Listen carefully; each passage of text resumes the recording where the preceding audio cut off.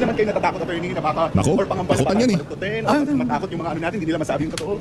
They may bend the law but they cannot bend the facts and the truth. Naku, Sa pagpapatuloy ho ng hearing sa Senado, nagkagulatan na naman, bigla hong dumating ang 18 Marine kasi sa anunsyo ho nila noong una, hindi daw ho sila dadalo dito sa pagdinig na gagawin nitong si Senator Erwin Tulfo. Pero bago ho yan, isang like at isang subscribe, masaya na ho tayo dyan sa mga gusto sumali sa ating community, yung join button nandiyan lang ho sa baba. Eto, panoorin ho natin to. kung ito namin sila sa Naku, ayun nyo. Ang 18 Marine yan eh. Ayun mga partners, nakikita po natin na papasok na po yung convoy ng Brave Marines. Ayos, ayos. Ano sa kanyo? Sir, confirm po. Oh, Sa 18 Marines ba? oh. Ay, tayo muna, sir. Tara muna. Dito tayo sa akin. Ako.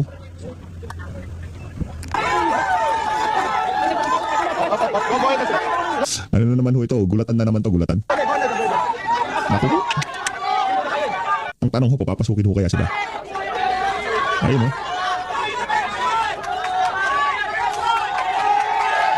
Sir, nasa listahan po kami.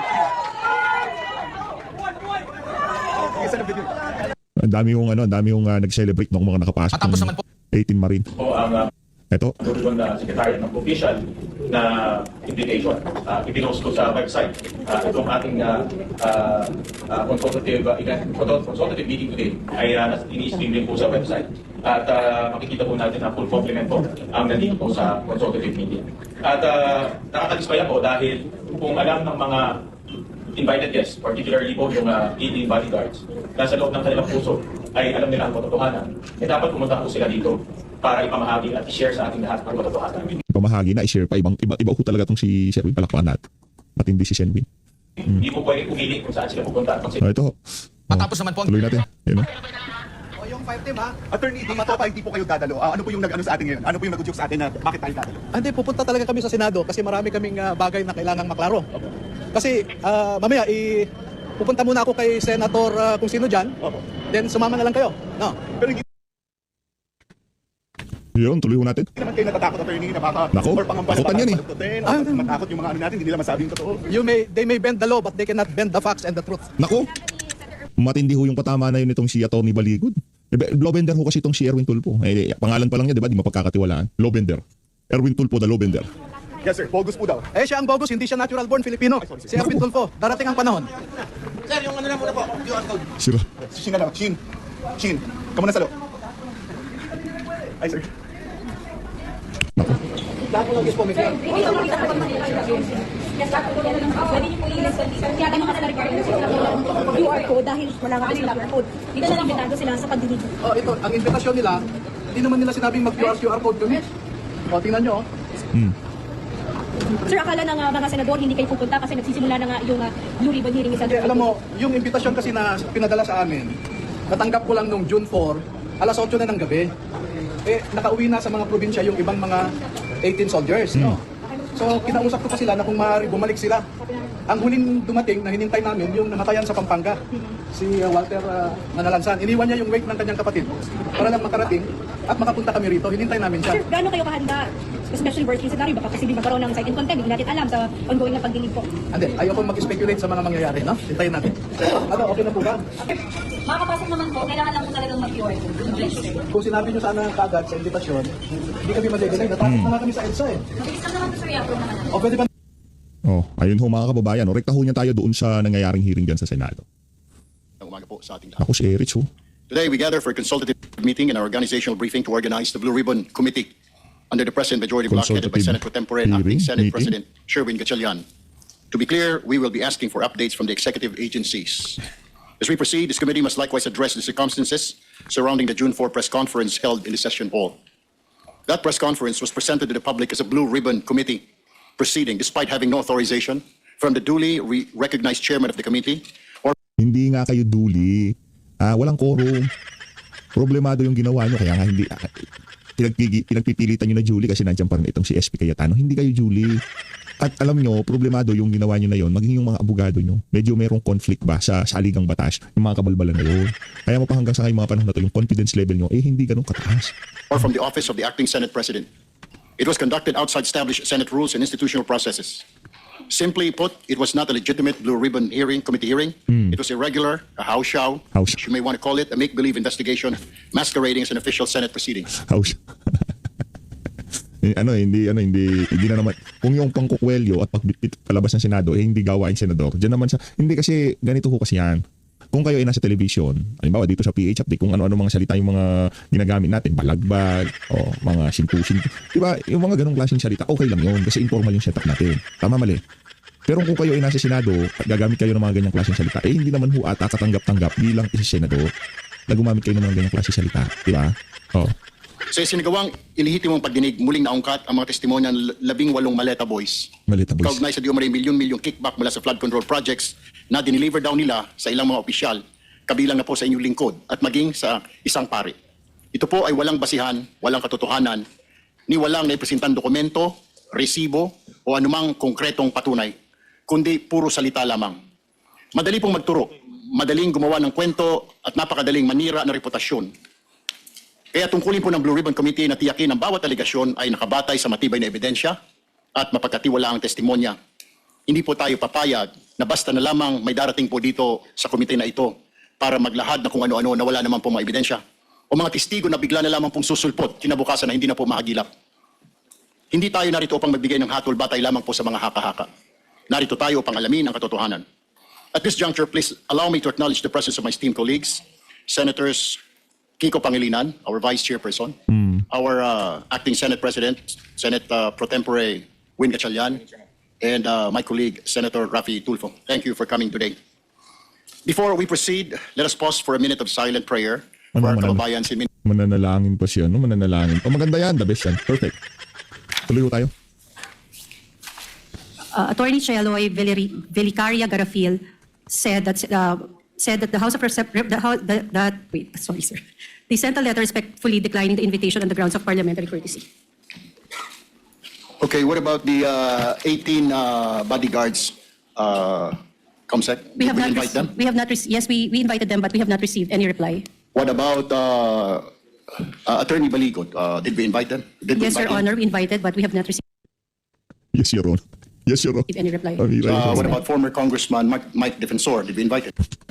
We did not invite former Congressman Mike. Oh, bakit hindi inimbitahan? Okay, Comsec. So, with that, we now allow our fellow senators to deliver their opening statements. Do they have any? What? Go ahead. Thank you, Chairperson Senator Erwin. Yung mga never again. Yan o, mga never again yun eh. Kaya tayo ngayon sobrang bumibilib ngayon dito sa mga individual na to. Pagkatapos nilang question yung pagpapalibing kay, kay Marcos Sr. sa libingan ng mga bayani, nagsisigaw sa daan. Ngayon nakikisabuatan na sila doon sa individual na talagang sa loob ng napakahabang panahon, walang humpay ang pagbanat nila sa kanya. Magandang umaga sa ating lahat. As earlier noted, for the record, today's proceedings are being conducted as a consultation and organizational meeting rather than a hearing of the committee.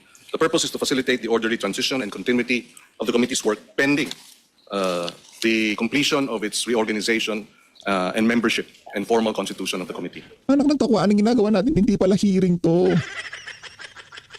Consultation hearing pa. Pambihira naman. Akala ko pa naman talagang balagbagang mangyayari dyan. Pambihira. Consultation. Paano dadalo yung 18 Marine? Consultation lang pala yan, not hearing. Pambihira. As we Sige na. proceed with the formal Walang kwenta to. Si yan.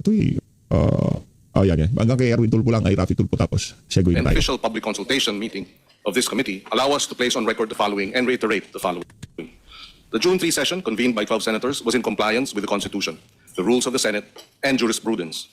And 12 being a quorum, all acts pertaining to the official business of the Senate in plenary on June 3 are deemed lawful, consistent with the Constitution, including the motion to declare all elected positions vacant, which includes the position of Senate President, number one. Number two, the election of Senator Win Gatchalian as Senate President pro tem to address the vacancy in the position of Senate President is also lawful and consistent with the Constitution. And number three, the election of Senator Erwin Tulfo as Chairperson of the Blue Ribbon Committee is likewise lawful and consistent with our rules. In addition, the official acts of the Senate in plenary last June 3 has been recognized as lawful and consistent with the Constitution by the Office of the President, the House of Representatives, several retired Supreme Court justices, deans, and eminent professors of law of various law schools nationwide, 5 former Senate presidents, and no less than the Integrated Bar of the Philippines, the largest organization of lawyers in the country.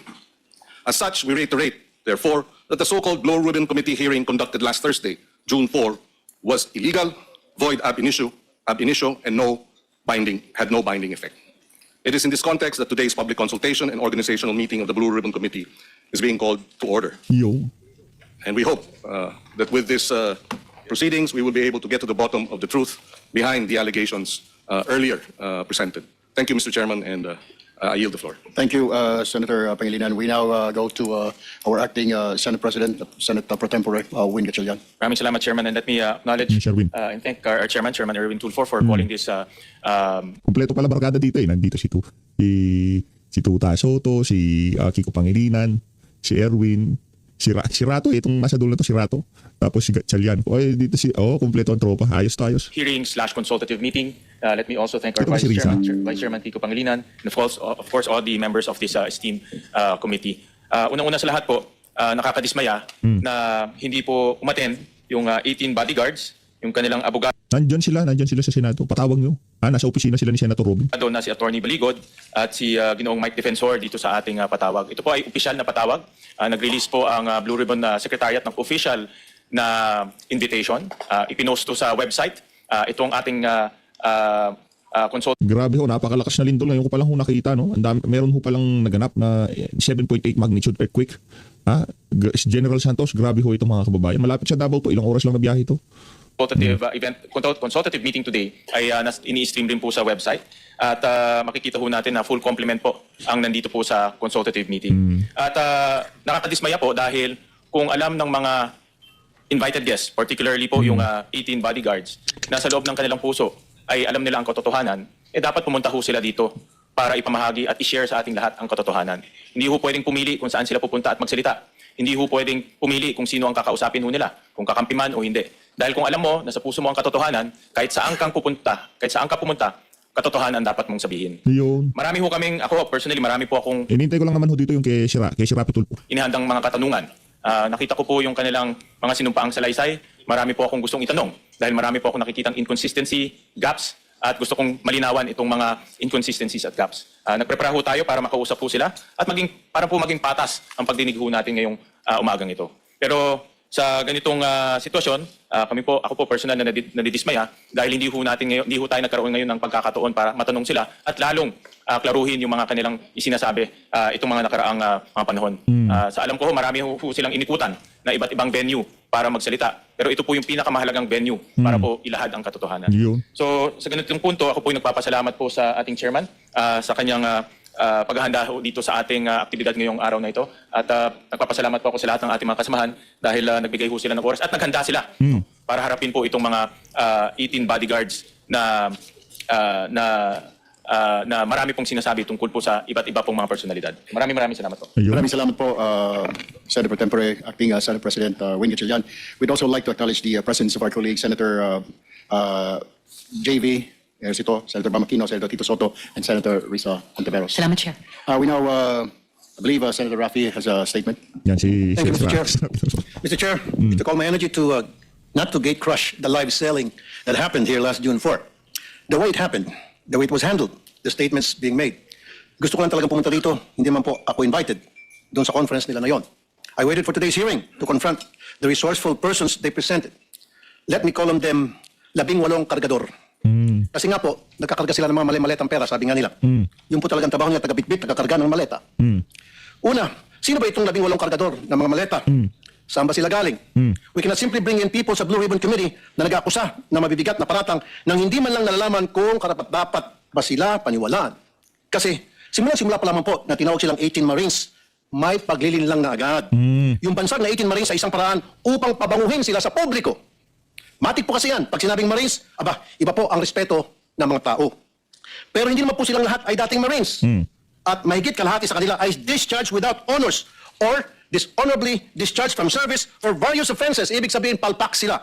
Tulad ng pagiging AWOL. Pero yung pagiging palpak nila o pagiging ahul nila, dishonorably discharged sila, hindi yun sa tingin natin makaka-apekto kung yung mga dahilan ng pagiging palpak nila, hindi sila pumasok dahil namatayan, nagkasakit ang asawa, di ba? yung pag-graduate nila sa pagiging Marines at ika nga pagsiservisyo sa bayan at kinuha sila ni Zaldico para mag-deliver ng pera, ano na ho yan, ika nga, kumbaga mapapatanong ka na. Diba sa dami naman ng pwedeng kunin, bakit itong kinuha ni Saldi?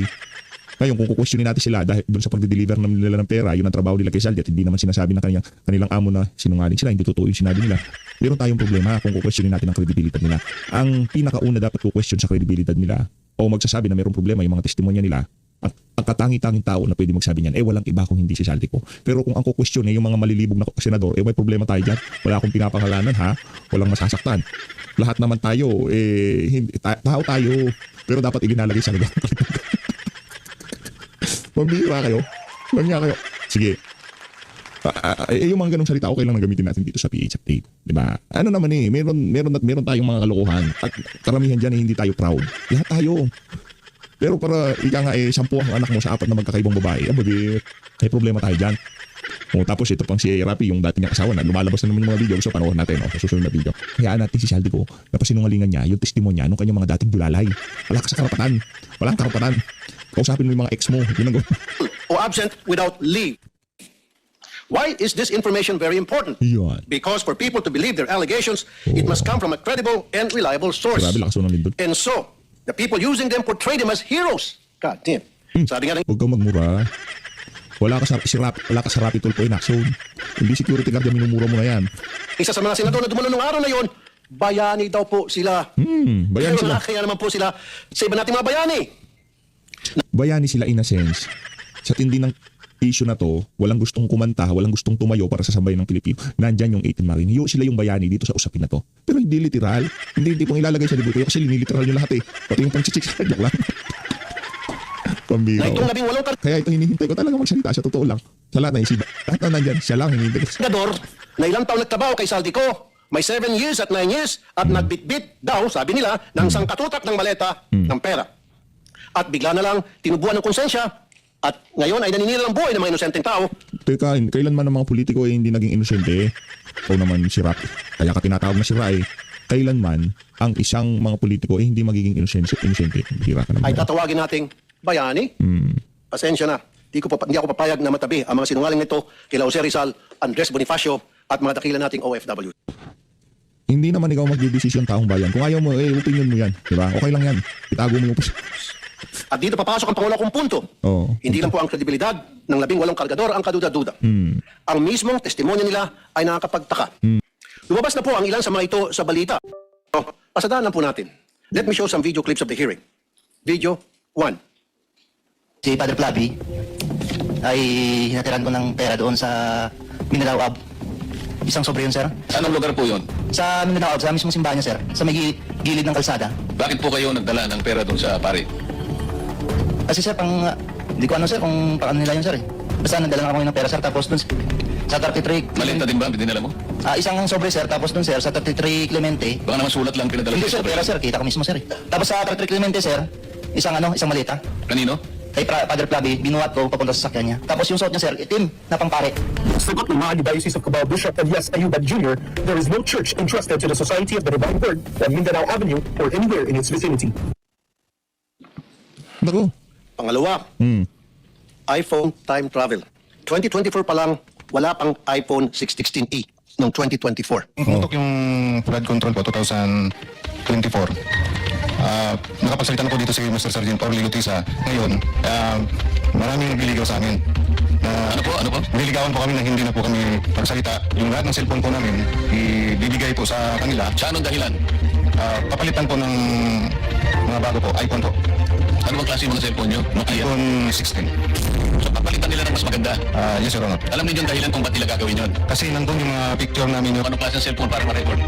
iPhone 16e, 128GB. Nang i-check ng News 5 sa mismong website ng Apple, lumalabas na February 21, 2025 ang pre-order na naturang model na sinasabi ng bagal sa hearing. Pangatlo, pinili na impormasyon. Ano ang nangyari sa pagpapalabas Maliliit na detalye yan. Yung iPhone, yung kukunin para palitan. Maliliit na detalye. Walang kwenta yan, Sen. Erwin. Yung katotohanan na security guard sila ni Zaldico. So, hindi totoo sinasabi nila. So, kailangan pala hindi wanted itong si Zaldico. Tama, mali. O, Zaldico, uwi ka na dito. Wala ka naman palang ginawang masama. Di ka naman pala nag-deliver ng pera. Di ka naman pala nagnakaw. Hindi pala totoo yung sinasabi ng mga Kasi, ganito ho yan. Pagka hindi totoo sinasabi ng Marines, hindi totoo hindi sila nag-deliver ng pera, hindi nagnakaw si Zaldi. Hindi siya nabinigyan ng kickback ng mga kontraktor kasi wala siyang ipamimigay na pera. Tama, mali. Kasi ganoon lang naman ho yan eh. Wala silang di-deliver na pera kung walang kickback na kinuha. Ngayon, kung sinasabi natin dito, hindi sila nag-deliver ng pera, sino magdi-deliver? Si Zaldi. O doon sa pagkakataon na si dinideliver ng si Tuta Soto, di umano kasama si Zaldi dyan. O kung walang dinideliver ng pera, ibig sabihin walang kickback na nangyari. Ibig sabihin, dapat itong sa mga diskaya, nasa laya sila. Kasi wala naman palang kickback eh. Walang i-deliver na pera. O ibig sabihin, walang ninakaw na pera. Saan napunta yung pera? Hoy, si Rapi Tulfo ayusin mo. May kape ako dito, baka... Pas na katotohanan. Kung pinipili lang nila kung sino ang ilalabas. Malinaw ang detalye nila sa unang nilang affidavit tungkol sa mga malitang dinala sa ilan naming kasamaan dito na may address pa. Pero bakit parang mirakulo na naglaw ang naratibo tungkol dito? Sa original affidavit ng mga dating sundalo, nandun din si Senator Loren daw at saka yung kapatid na Villar. Ngayon ko lang nakita yung affidavit. I have not read, etc. Pangapat, aking pinasilip ang lugar na yun sa Makati. Video 4, money changing. Nag-advise po si boss, magpapalit kami ng piso to dollar na 2 maleta. Doon Kala ko bang consultative hearing yan? Anak ng toka. Kung kine-question nyo yung credibility ng mga Marines, tapos wala siya dyan, para kayo mga siraulo dyan. Kumprontahin nyo face to face, hindi yung, di ba? sa Makati po. Sa, Bibili kayo ng US dollar. Yes, yes, Your Honor. Dinala po namin ito sa Per Bank Makati, Salcedo Village po. Dalang malita worth of 50 to 60 M po ang laman. Akin pong pinasilip ang lugar na yun sa Makati at walang record ng money changer sa Per Bank Building. Natural, kung ako yung Fairbank Building, kung meron nang nangyaring illegal dyan, papakita ko na wala. Yung mga maliliit na detalyeng ganyan, ito pinagtatanggol niya na ho dito yung kumbaga ICC na ito, yung nangyaring kidnap kay dating Pangulong Rodrigo Duterte, yung pagpunta ng mga ICC sa Pilipinas para daw mag-investigate yung mga pera na yung ginamit sa kanila. Sir, yung mga ganyang klaseng detalye, hindi man nga siya parang kumbaga yung lugar, siguro nakakaalam lang dyan yung mga bilyonaryo. Yung mga mayayaman lang yung nagpapapalit ng pera dyan. Hindi siya money changer, 'di ba nga sinabi umakyat sa taas. Saka ba naman nakakita ng money changer umakyat sa taas? Kasi pumasok yung money changer, yung M. Villar, yung ang tawag dito, Western Union. Mga ganun eh. 'Di ba? Yung nasa tapat ng kalsada, pero dito, yung Western Union, sa harap ng kalsada, di ka naman papalitan lang siya malitang pera. Kaya yung transaction na yan, nakatimbre na bago pa dumating yung mga Marines. Hindi yung pupunta ka diyan para kang bibili ng candy. Nakuha niyo ba mga kababayan? Inaatake niyo yung credibility nitong mga bodyguard ni Zaldico. Doon sa mga maliliit na detalye. Una sa lahat, wala kayong karapatang magkomisyon sa mga yan. Bakit? Padaluhin nyo dyan, padaluhin nyo sa Zaldi, paharapin nyo yung mga individual na yan, harapan nila ni Zaldico. Si Zaldico magpapasinungaling kasi lahat yan utos ng amo nila. Hindi gagana yung mga ganyang klaseng strategiya. Magmumukha lang kayo sa ulo dyan, pambihira na. Dapat po makumpirma ito. At syempre, nandiyan din po mga kadududang testimonya nila laban kay Senator Soto na pinabulaanan niya na dahil nga matagal na patay ang sinasabi nilang si E.A. Mark or Executive Assistant Mark. At ang pambawi nila ng aligasyon tungkol kay Representative Laila de Lima na noong mga panahon na yun ay hindi pa kongresista at nakakulong pa. At sabi ng Busman Boy Remulla, ang isang litrato ay delivery na nangyari ng panahon ni Speaker Lord Velasco pa. And so I come to my third point because it seems that some of the information from these 18 porters or cargador are fed. They have a hard time telling their story on their own. Kung papanawin mo ang live selling nila noong Huwebes, hirap silang ikwento ang kanilang naratibo. The presiding officers of that conference were coaching and leading the resourceful persons. Pag medyo nagkakamali, siyempre, inaayos ng mga presiding officers ang testimonya. Minsan si Atty. Baligod na, hindi naman involved sa pagbitbit ng maleta, ay siyang tumitistigo tungkol sa nangyari. Wala naman siyang personal knowledge. Ika-4 na punto, nais ko pong humingi ng dispensa sa ating mga Senate media. Bilang broadcaster at kasapi ng media, masakit po tuwing nababansagan ng ilan sa atin na bayaran kasi nasisira po ang propesyon natin. Bayaran naman talaga, karamihan. Kayo ba noong nasa media pa kayo, full time pa kayo, hindi kayo bayaran? Totoo lang, hindi kayo bayaran. Pero ito, hindi kayo bayaran, palakpakan natin sila. pagsisigawan na bayaran ng karamihan sa atin. Dito sa lugar na tinawag nyo, ng tahanan at buong puso nyo, pinoprotektahan sa pamagitan ng makatotohanan ng pagpapahayag, ay tatawagin kayong bayaran. Hindi po tama yun. This institution, time and time again, owes you its dignity because you keep the senators on their toes and make sure we stay true to the Filipino people. At kay Senator Cayetano, huwag po tayo masyadong demanding. Ano po? Ito magreklamo na wala ka sa front page. Limited pong front page space ng mga dyaryo. Kaya pili lang po talaga ang nalalagay dyan. Pero hindi ibig sabihin hindi na sila patas. Dahil kung titingnan mo naman online, all these news outlets reported his statement. It is in their online platform. Kung saan libo-libo ang nagbabasa. The front page is reserved for the biggest and latest news. Yun bang bagong kaganapan? Yun po kasing pagkapit sa kapangyarihan at hindi pagtanggap sa pagkatalo nyo, lumang balita na po. But nevertheless, it was reported upon. Igugan niyo po yun. And my fifth point, we have to look into the allegations na nabayaran ng 5 milyon ang 18 kargador. I'm not saying it's true. Hirap po ng NBI itong witness nila na nagsabi noon. Pero ang masasabi ko lang, ginamit lang kayo ng mga malalaking tao para sa mga personal nilang interest sa politika. Kulang yung 5 milyon. Kunwari, inanalayan nila kayo. Pero pagharapin nyo na itong sangkatutak na kaso na isasampa sa inyo, nitong mga siniraan ninyo, tingnan nyo, unti-unti kayong iwan yan. Ngayon pa lang, narinig mo na sila na nagugas kamay sa mga paratang nyo. Dumidistansya sila sa inyo dahan-dahan. Kaya sa ating mga kababayan, mag-ingat po tayo sa paniwalaan or papaniwalaan. Remember, the devil can cite the scripture for his purpose. Naku po. No more, no less. When Jesus went into the wilderness to pray, the devil tried to tempt him 3 times. But as he was failing to tempt Jesus, and as he was getting desperate, what did the devil do? He quoted the scriptures from the book of Psalms. Huwag po tayo magpapadala sa mga mabubulaklak na mga pananalita dahil lang siya ay nagbabasa ng Biblia. Huwag po tayo basta... Okay na sana kaso nanonood 2,000. Yari tayo dyan. Ang problema dito, 2,000 lang ang nanonood, Brad. Paano ba yan? Tapos sasabihin nyo, lihiti mo, karapat dapat kayong paniwalaan, anak ng Petrang Garapata. Ayaw kayong pakinggan na sambayin ng Pilipino. Sa tingin ko, ramdam nyo naman yan. Diba? Ayun na nga, dito na natin na tatapusin ang mga kabalbalan na to nitong si Rapi Tulfo. So, Luis, maraming salamat po sa pag-support sa PSP. Mag-ingat po kayo lahat. Makin natin Pilipinas.